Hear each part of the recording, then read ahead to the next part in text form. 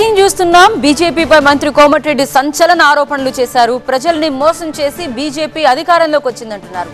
నల్లధనం తీసుకొస్తామని చెప్పి దేశ సంపదను అదానీ అంబానీకి కేంద్రం దోచిపెడుతోందని ఆరోపిస్తున్నారు కోమటిరెడ్డి. మోడీ గారు ఈ దేశాన్ని మోసం చేసి అధికారంలోకి వచ్చిన విషయం మీ అందరికీ తెలుసు.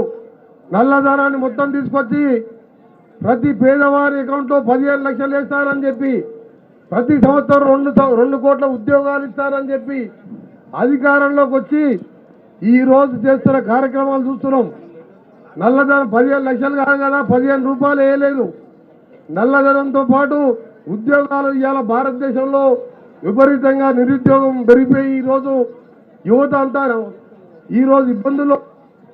కానీ ఆయన దోస్తులు అదానీ అంబానీ ముఖేష్ అంబానీ లాంటి వారు 10,000 లోపల ఉన్న వాళ్ళు ఇవాళ 10 ర్యాంకు లోపల ప్రపంచంలోనే అత్యంతంగా ధనవంతులుగా మారిపోయిన ఈ సందర్భం వాళ్లకు ధనికులను ఇంకా ధనిక చేసిందే తప్ప మోడీ గారు చేసింది ఏం లేదు దేశానికి.